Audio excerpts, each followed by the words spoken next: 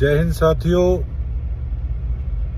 हमारे सिरसा विधानसभा के अंदर कई अफसर कुछ बीमारियों का शिकार हो रहे हैं और ये शायद कहीं ना कहीं बुलेखाबंद में अपने पाल कह चुके हैं कि सरकार नहीं, हमारा क्या कर लेंगे।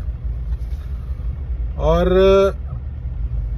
खासकर ये जो जिला परिषद का सीईओ है डॉक्टर सुभाष, इसका काम अगर मैं गांव के अंदर दिखाऊं तो केवल जाकर बुके पकड़ने के अलावा इसको और कोई काम नहीं है।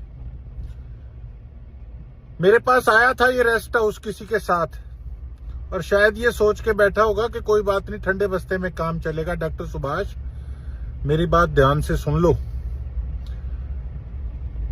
कि मुझे लोगों ने वोट दिए हैं। अगर तुम किसी वहम या भुलेखे में फिरते हो कि काम नहीं करूंगा या कागज सारे ठंडे बस्ते में डालकर और कुछ नहीं होगा, आज जाके सफाई शुरू करवाई है मैंने सिरसा विधानसभा के कई गांवों में और ये अपने आप को बड़ा शातिर समझता है। इसको मैंने पूछा कि तूने किया क्या है मेरी विधानसभा में, फोटोएं भेज दी डवाली हल्के के गांव की।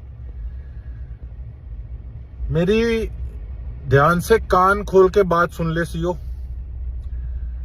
तुम्हारे मंत्री को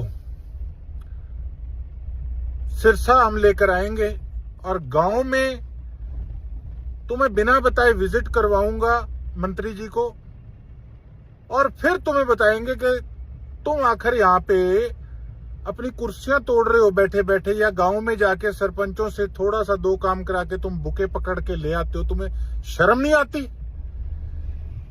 सीओ, आप ध्यान रख लिए, तेरे को कई भड़काने वाले हैं, मैं जानता हूं।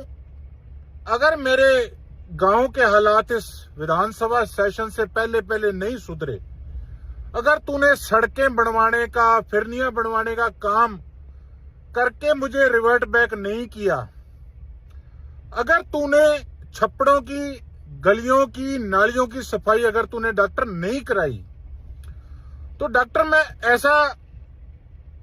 ऐसा विधानसभा के अंदर जुलूस निकालूंगा ना, ये मैं सार्वजनिक तौर पे आज कह रहा हूं मैं, क्योंकि कईयों ने बैम पाल रखा था।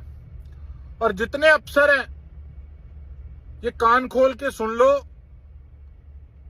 कि विधानसभा सेशन आ रहा है। जो जो तुम्हें लेटर लिखे हैं, जिन जिन कामों के लिए मेरी जवाबदेही है जनता को, वो सारी चीजें इस बार विधानसभा के अंदर केवल उठाऊंगा नहीं, ऐसा खड़दू डालूंगा, तुम याद रखोगे। और तुम्हें छठी का दूध ना याद दिला दिया ना कि तुम सिरसा के अंदर बैठ के क्या कर रहे हो, लोगों के हक मारने का काम कर रहे हो, तुम याद क्या रखोगे। और खासकर ये सीओ, कान खोल के सुन लेना, सेशन आ रहा है, एक एक चिट्ठी लेके जाऊंगा और मुझे अगर वहां पे धरना देकर भी बैठना पड़ा ना, बीच में वहां बैठूंगा चार्ट पेपर ले जाके कि तूने मेरे इलाके के गांव का क्या हाल कर रखा है। फिर देखता हूं तेरे को कौन से ये जो नेता तेरे को भड़काने वाले हैं या जिनकी उंगलों पे तू चढ़ रहा है, तेरे को कौन वहां पे विधानसभा में बचाने आता है। और उसके साथ साथ एक और अफसर है हमारे सिरसा का, दबा के पैसे खा रहा है, ठोक के पैसे खा रहा है। उसके प्रूफ भी मेरे पास पहुंच चुके हैं। हालांकि वो काम मैंने किया नहीं, वो कैमरा मैंने लगवाया नहीं, लेकिन सबको पता था कि मैं इसको कितने महीनों से लेटर लिख रहा हूं कि जो तूने काम किए हैं वो मुझे डिटेल चाहिए। तो मैंने सभी को कह रखा था कि भैया इसकी लीपोल जो भी लेके आएगा वो एक हिसाब से लोगों के हित में काम करने का काम करेगा। तो एक व्यक्ति ने मुझे उस अफसर की कुछ प्रूफ्स वगैरह दिए हैं और अब उसको मैं सार्वजनिक करने वाला हूं। आज शाम तक, आज शाम या कल सुबह तक उसको सार्वजनिक करूंगा। आप देखना किस प्रकार से ये शरेआम पैसा खाते हैं। और जो अफसर सोचते हैं ना कि चिट्ठी आ गई है, कोई बात नहीं, ठंडे बस्ते में डाल दो, भूल जाएगा, अरे भूल लूंगा नहीं। तुम ये लगा लो कि दिन प्रतिदिन मेरे वो दिमाग में जच जाती है कि वो अभी तक लाइटली ले रहा है, फिर मैं ढील दे देता हूं, कोई बात नहीं, आज नहीं तो कल में आ जाएगा उसका रिस्पॉन्स। पर तुम भी क्या याद रखोगे किससे पाला पड़ा है। तो अब एक भ्रष्टाचारी अफसर का नंबर है और उसके बाद इस सीओ का, जो मेरे इलाके के अंदर काम नहीं कर रहा, जिस करके हमारे गांव के बुरे हाल हुए पड़े हैं।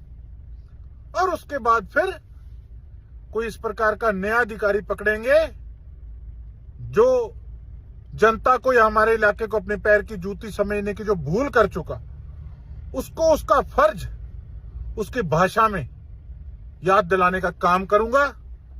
इंतजार करिए। आजकल में एक भ्रष्टाचारी ऐसे बागड़ बिल्ले का हम बांडा फोड़ने जा रहे हैं, पर्दाफाश करने जा रहे हैं। और ये एक उदाहरण, एक एग्जाम्पल है बाकी ऐसे अफसरों के लिए जो भ्रष्ट हैं या जो जिनके कानों में मैल जमी पड़ी है, जिनको सुनता नहीं है कि काम कैसे करना है। अब 8-9 महीने हो गए, ठंडा रुख तो तुमने देख लिया, अब इस रुख के लिए भी तैयार रहना। बहुत बहुत धन्यवाद। जय हिंद, जय भारत, इंकलाब जिंदाबाद।